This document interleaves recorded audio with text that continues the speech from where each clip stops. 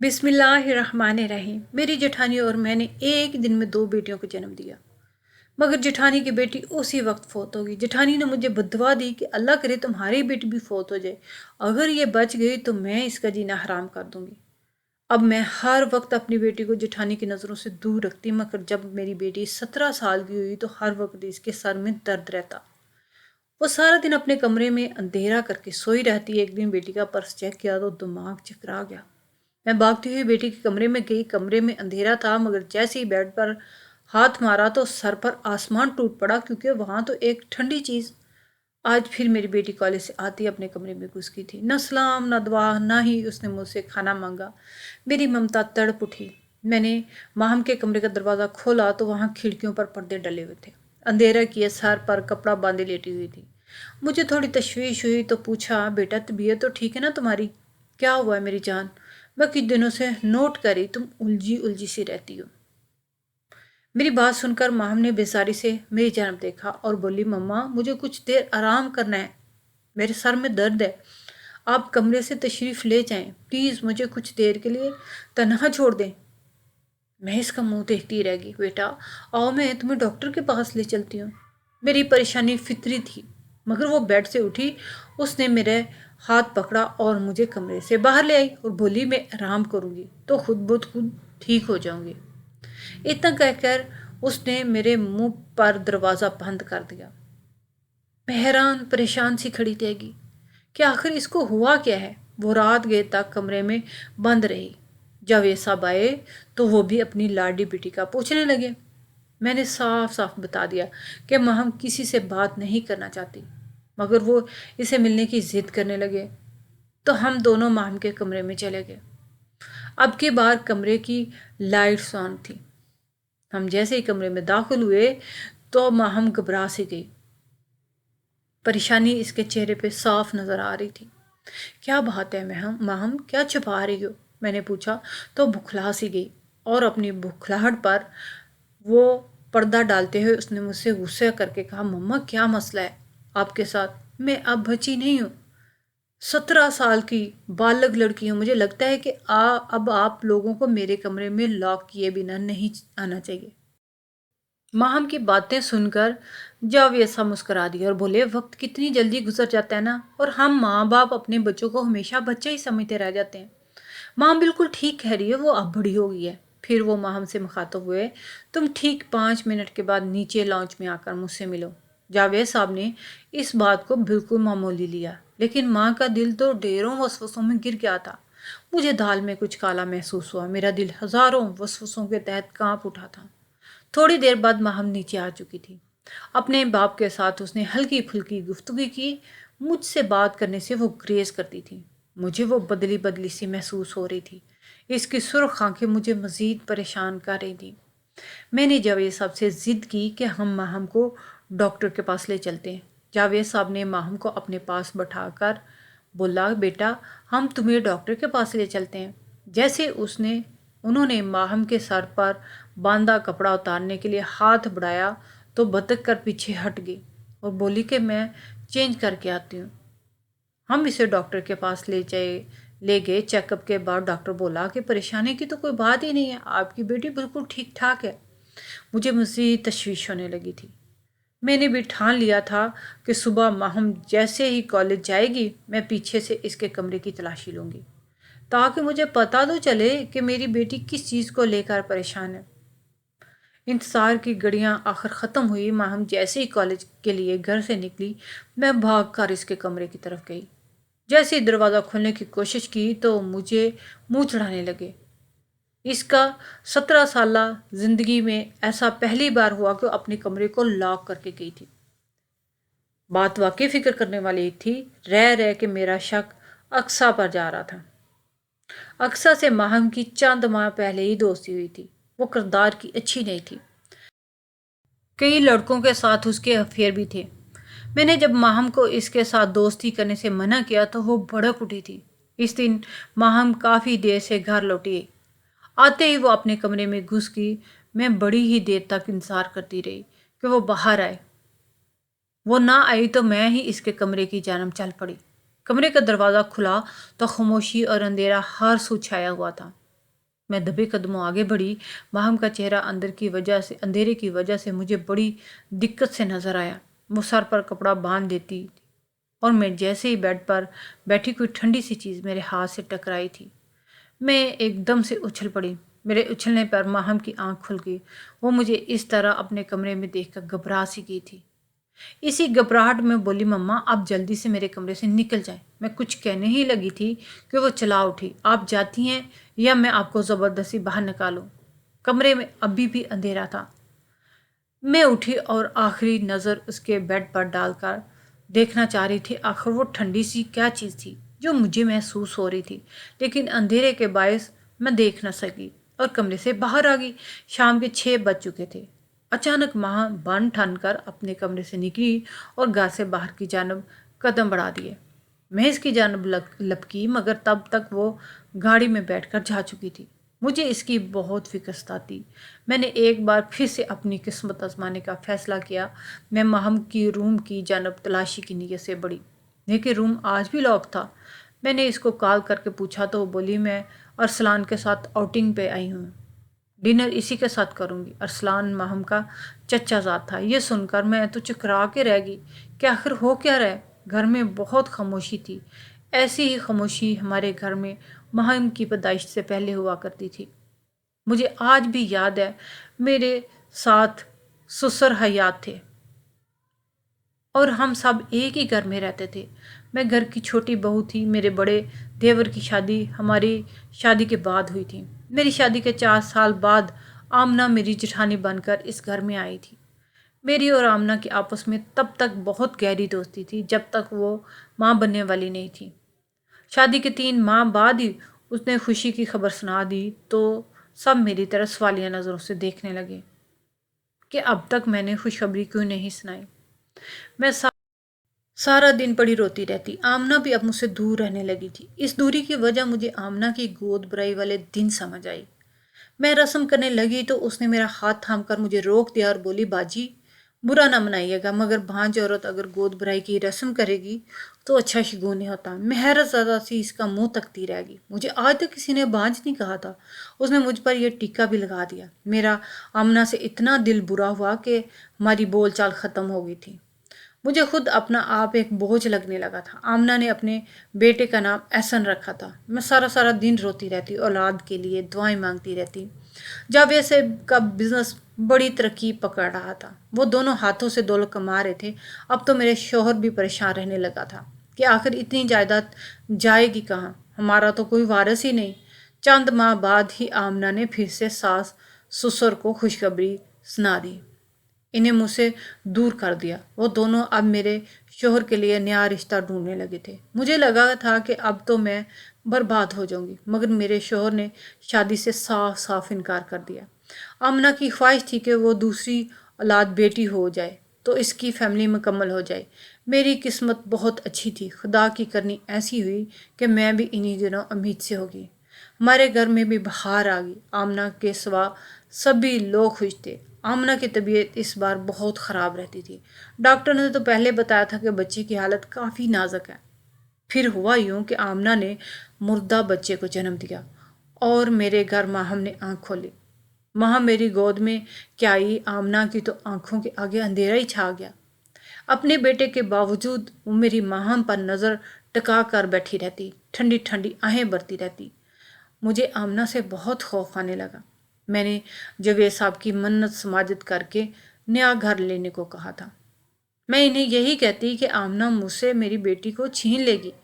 मेरा शौहर मेरी इस बात को हंस कर टाल देता, मगर वो नहीं जानते थे कि मैंने आमना के होने वाले बच्चे के साथ क्या किया था और इसका बच्चा मेरी वजह से ही मुर्दा पैदा हुआ था।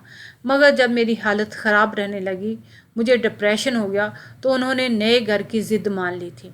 फिर आमना अगले साल एक और बेटे को जन्म दिया जिसका नाम उसने अरसलान रखा। जिस दिन हम नए घर में शिफ्ट होने जा रहे थे, आमना मुझसे मिलने आई और बोली, दुआ करना अल्लाह ताला इस बार भी मुझे बेटी दे दे। मुझे बेटियां बहुत अच्छी लगती हैं। अगर अल्लाह ने मुझे बेटी ना दी तो मैं तुमसे तुम्हारी बेटी को छीन लूँगी। मैं बद्दुआ देती हूँ कि अल्लाह तुमसे तुम्हारी महम छीन ले। आमना की बद्दुआ से मैं डर गई। बड़ी ही अजीब औरत थी, अपने 2 बेटों पर भी राजी ना थी। इस दिन के बाद हमने एक दूसरे से मिलना जुलना भी छोड़ दिया। सास ससुर के फोत हो जाने के बाद तो हमारा इनसे राब्ता बिल्कुल कट गया था। ना हम इनकी खुशियों में जाते और ना ही मौत पर। हमें एक दूसरे की बिल्कुल भी खबर नहीं थी। मगर माहम के कॉलेज में एक नई लड़की अक्सा जब से आई, हर काम में उल्टा ही हो रहा था। इसकी वजह माहम खासी बदतमीज़ भी हो गई थी, और तो और इसने अपने फ्रेंड अरसलान से भी इसको मिलवाया था। यूं माहम गड़े मुर्दे उखाड़ने उठ खड़ी हुई थी। मुझे अरसलान एक नज़र ना भाता, मगर मैं माहम की खातर खामोश रही। मगर अब ये सारी मेरी बर्दाश्त से बाहर हो चुका था। मुझे अनजाने खौफ ने घेर लिया था। माहम घर आई तो मैंने इसे कहा कि तुम्हारे चचा अरसलान के लिए तुम्हारा रिश्ता मांग रहे हैं। अब तो तुम दोनों में दोस्ती भी हो गई है, तुम कहो तो हाँ कर दूं। ये बात मैंने तो बहुत डरते डरते बोली थी। इस बात के पीछे बहुत से खौफ छुपे हुए थे। मेरी बात सुनकर माँ आगे बढ़ी और बोली, मम्मा अरसलान मेरा दोस्त है, इससे आगे और कुछ नहीं। मैं जानती हूँ आपने मुझसे ये सवाल सिर्फ इसलिए किया क्योंकि आप मुझ पर शक करती हैं, लेकिन मम्मा आपको थोड़ी सी तो शर्म आनी चाहिए थी। इतना कहकर वो अपने कमरे में चली गई। लेकिन शाम तक माहम का गुस्सा ठंडा नहीं हुआ। इसीलिए मैं इसके कमरे में चली गई, लेकिन मुझे देखकर वो शदीद घबरा गई। इसका कमरा अंधेरे में डूबा हुआ था। सर पर कपड़ा बांधकर वो कोई चीज़ हाथ में लिए बैठी हुई थी। अंधेरे के बायस मैं वो कुछ देख ना पाई। मैं खामोशी से उठकर कमरे से बाहर निकल आई और मैं सीधी अक्सा के घर गई। उसको तो मैंने आड़े हाथों लिया।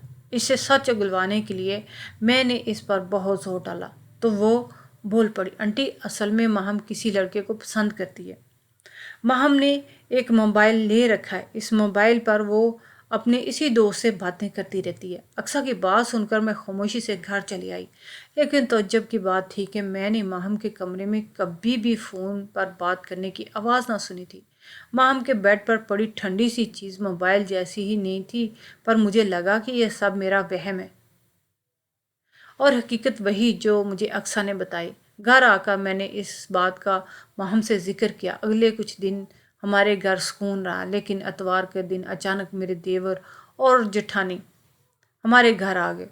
मैं इनको देखकर घबरा गई। इनको जल्दी से घर के बाहर से ही चलता करके माहम के पास गई। इसे जांच पड़ताल की, मगर वो नहीं जानती थी कि इसके चचा चच्ची हमारे घर आए थे। मैंने दिल ही दिल में शुक्र अदा किया। माहम अब भी कमरे में हर वक्त अंधेरा करके लेटी रहती। मैं इसकी फ़िक्र से आज़ाद हो चुकी थी। मैंने ये सोच कर ख़ुद को समझा लिया कि इस उम्र में लड़कियां दोस्ती कर ही लेती हैं, मगर मेरी ये बेफिक्री भी ज़्यादा दिन तक कायम ना रह सकी। मैं शाम में माहम के कमरे में गई तो उसके हाथ में मोबाइल के बजाय कुछ और ही था।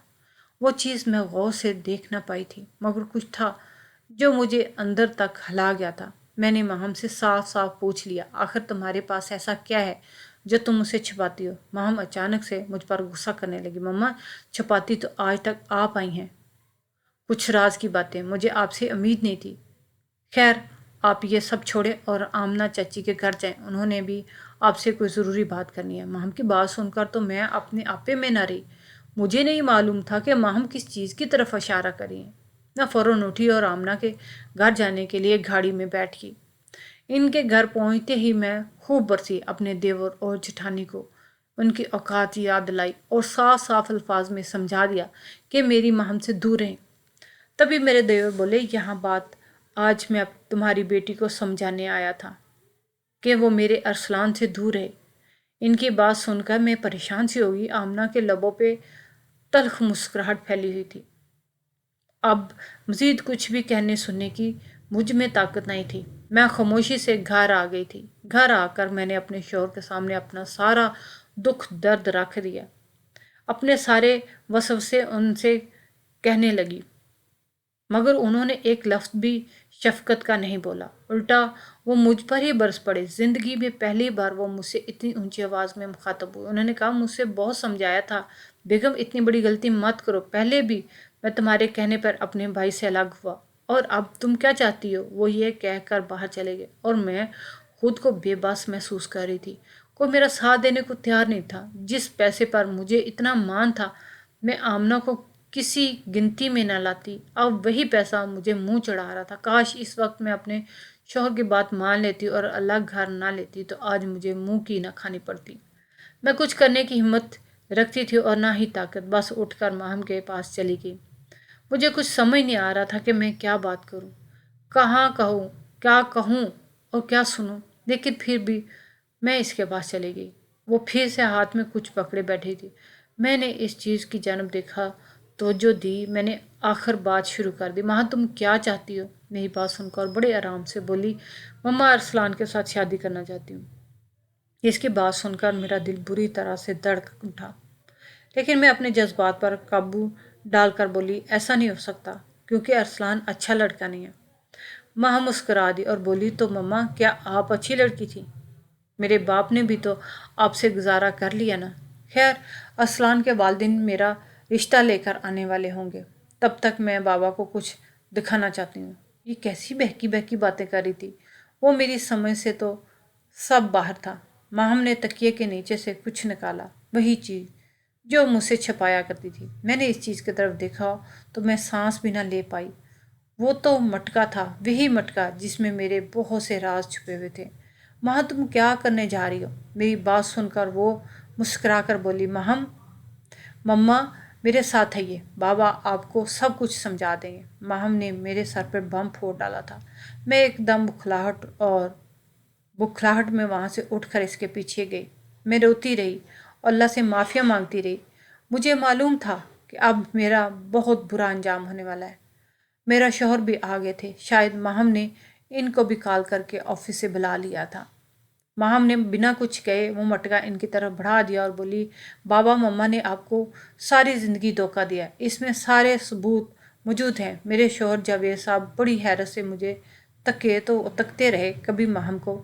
انہوں نے صوفے پر بیٹھ کر مٹکا کھول لیا، اس میں بے شمار خط ان کی گود میں آ کر گرے۔ انہوں نے باری باری ان خطوط کو پڑھنا شروع کیا۔ ان کے چہرے کے حالات بدلتے جا رہے تھے۔ ظاہر ہے کوئی بھی غیرت مند شخص اپنی بیوی کے عاشق کے خطوط پڑھ کر کیسے صبر کر سکتا تھا۔ انہوں نے وہ سارے خط اٹھا کر پھینک دیے۔ تبھی کام والی نے آ کر بتایا کہ ہمارے مہمان آ چکے ہیں۔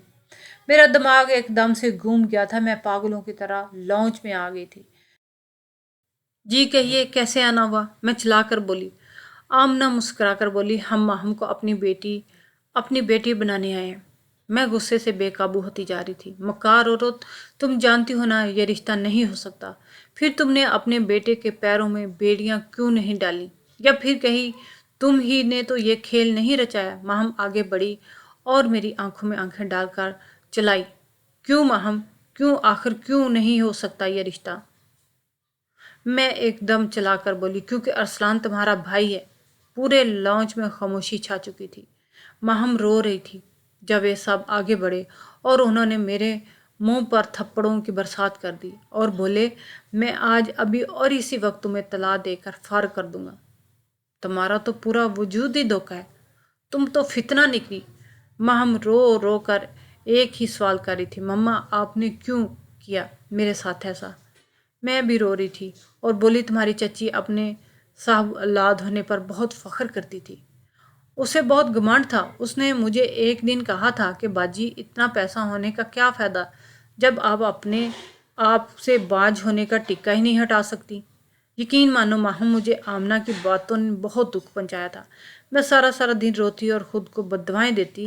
جاوید صاحب اولاد نہ ہونے پر پریشان تھے اور میری ساس میرے لیے سوتن ڈھونڈ رہی تھی۔ ان دنوں میں نے بہت زیادہ ذہنی اذیت میں رہی۔ میرا باس چلتا تو میں خود کو ختم کر لیتی۔ پھر یہ ہوا کہ ہمارے گھر آمنہ کا ایک کزن کچھ دن رہنے کے لیے آیا۔ ایک دن میرے دیور فضل بھائی اور آمنہ کی بہت لڑائی ہوئی۔ فضل بھائی آمنہ پر شک کرنے لگے تھے، مگر وہ بے قصور تھی۔ اس جھگڑے کے بعد آمنہ کا کزن چلا گیا۔ پھر وہ 2 ماہ کے بعد آمنہ نے خوشخبری سنائی۔ میں نے آمنہ سے اس کے ہونے والی اولاد مانگ لی۔ میں نے اس کے آگے جھولی پھیلا کر کہا کہ تم اپنی ہونے والی اولاد پیدا ہوتے ہی مجھے دے دو، مجھ پر احسان کر دینا۔ آمنہ میری بات سن کر بہت تلخ ہو کر بولی، کیوں باجی، میں نے کون سا یتیم خانہ کھول رکھا ہے کیا، جو بانجھ عورتوں کو اولاد بانٹتی پھروں؟ میں بانجھ لفظ سے تنگ آ چکی تھی اور مجھے بار بار بانجھ کیوں کہتی تھی۔ میں نے بھی آمنہ کو مزہ چکھانے کا فیصلہ کر لیا۔ اس پر میں نے اپنے پیسوں کا زور اور دباؤ ڈالا، مگر وہ نہ مانی۔ پھر میں نے ایک شیطانی منصوبہ بنایا۔ میم نے اپنے ہاتھوں سے خط لکھے اور آمنہ کو کہا یہ خط تمہارے کزن نے بھیجے ہیں۔ وہ حیران رہ گئی تھی اور پھر میرا وار کام کر گیا۔ آمنہ ڈر گئی۔ اس کو ڈرتا دیکھ کر میں نے مزید ڈر ڈال دیا۔ یوں میں نے ہر روز نیا خط لکھ کر لے کے آتی جس کے شروع میں میری جان لکھا ہوتا۔ آمنہ بہت ڈر گئی تھی۔ میں نے اسے کہا کہ ان خطوط کا راز ہی رہے گا اگر تم اپنا ہونے والا بچہ مجھے سونپ دو۔ آمنہ مجبور ہو کر میری بات مان لی۔ جس دن ماہم اس دنیا میں آئی میں نے انہیں آمنہ سے چھین لیا۔ آمنہ بیچاری نے یہ مشہور کر دیا کہ اس کا بچہ پیدا ہوتے ہی مر گیا تھا، جبکہ میں نے حاملہ ہونے کا جھوٹا ڈرامہ رچایا تھا۔ اور پھر جب آمنہ کو معلوم ہوا وہ خط تو میں نے ہی لکھتی تھی، اس کے کزن نے تو کبھی کوئی خط ہی نہیں بھیجا تھا، تب اس نے مجھے بددعا دی تھی کہ ماہم تمہاری بھی نہ رہے گی۔ دیکھو ماہم، آج کے بعد تم کہاں رہو گی؟ میری بات سن کر سبھی خاموش ہو گئے۔ میں نے آمنہ کے لیے جو گڑھا کھودا تھا اس میں تو میں خود ہی گر گئی تھی۔ میں رو پڑی تھی۔ اور ماہم، تم نے یہ کیا کیا؟ اپنے ہی بھائی کو پسند کر لیا۔ میں بہت پریشان تھی۔ ماہم، تمہیں آخر وہ مٹکا ملا کہاں سے تھا؟ ماہم زاروں کتار رو رہی تھی، پھر بولی، بابا، اصل میں ارسلان اقصیٰ کا دوست تھا۔ ایک دن ارسلان اقصیٰ کے لیے بالکل ایسا ہی مٹکا لے کر آیا اور بولا یہ میری مما نے بنایا ہے۔ میں وہاں تو خاموش رہی، مگر گھر آ کر میں نے اسٹور روم میں چیک کیا۔ مجھے شک تھا کہ ایسا مٹکا ہمارے گھر میں بھی پڑا ہوا ہے۔ میں نے ایک بار دیکھا، میں نے وہ مٹکا ڈھونڈ نکالا۔ اس مٹکے پر آمنہ لکھا ہوا تھا۔ بس پھر ارسلان مجھے اور اقصیٰ کو اپنے گھر لے گیا۔ وہاں آمنہ مجھے چوم چوم کر رونے لگی اور کہنے لگی کہ میں اس کی سہیلی کی بیٹی ہوں۔ انہوں نے مجھے بتایا کہ آپ نے ان کی سہیلی سے مجھے زبردستی چھین لیا۔ پھر انہوں نے مجھ سے ایک کپڑے میں تعویذ باندھ کر دیا اور کہا کہ میں ہر شب اندھیرا کر کے اپنے کمرے میں لیٹ جاؤں اور سر پر اس تعویذ کو باندھ لیا کروں تو اللہ تعالیٰ مجھے جلد ہی میری حقیقی والدین سے ملا دیں گے۔ میں نے اس بات پہ عمل کیا اور پھر مجھے میرے والدین ملنے چلے گئے اور ہر رات سے پردہ بھی اٹھ گیا۔ ماہم رو رہی تھی، میرا دل اس کو دیکھ دیکھ کر کٹ رہا تھا۔ پھر وہ بولی، میں بہت پریشان ہو گئی تھی، سارا دن اس مٹکے کو چومتی رہتی۔ پھر میں نے ایک دن اس مٹکے کو کھولا تو مجھے اندر سے خط ملے جنہیں پڑھنے کے بعد مجھے آپ سے نفرت ہو گئی۔ آپ نے میرے بابا کو دھوکہ دیا۔ مگر مما، آپ نے صرف میرے بابا کو ہی نہیں بلکہ ہم سب کو دھوکہ دیا۔ پھر ماہم جاوید صاحب سے بولی، بابا، آپ کو اجازت ہے تو میں اپنے حقیقی والدین کے گھر چلی جاؤں ان کے ساتھ رہنے؟ ماہم کی بات سن کر میرا تو کلیجہ ہی پھٹ گیا۔ میں جلدی سے آگے بڑھی اور بولی، ماہم، میں تمہارے بغیر نہیں جی پاؤں گی۔ وہ آگے سے بولی، آپ مر ہی جائیں تو اچھا ہوگا۔ ماہم کی بات سن کر لگا کہ جیسے میں واقعی ہی مر گئی ہوں۔ جاوید صاحب سے اجازت لے کر ماہم ہمارے گھر سے چلی گئی تھی۔ اب وہ اپنے بابا سے ملنے ان کے آفس چلی جاتی، مگر اس نے ایک بار بھی پلٹ کر میری خبر نہ لی۔ جاوید صاحب مجھ پر نظر ڈالنا بھی گوارا نہیں کرتے تھے۔ میں سارا دن روتی رہتی تھی۔ میں نے لوگوں کے ساتھ دھوکہ کیا، آج قسمت نے میرے ساتھ دھوکہ کر دیا، اور اتنا بڑا دھوکہ کہ میں کسی کو منہ دکھانے کے قابل بھی نہ رہی تھی۔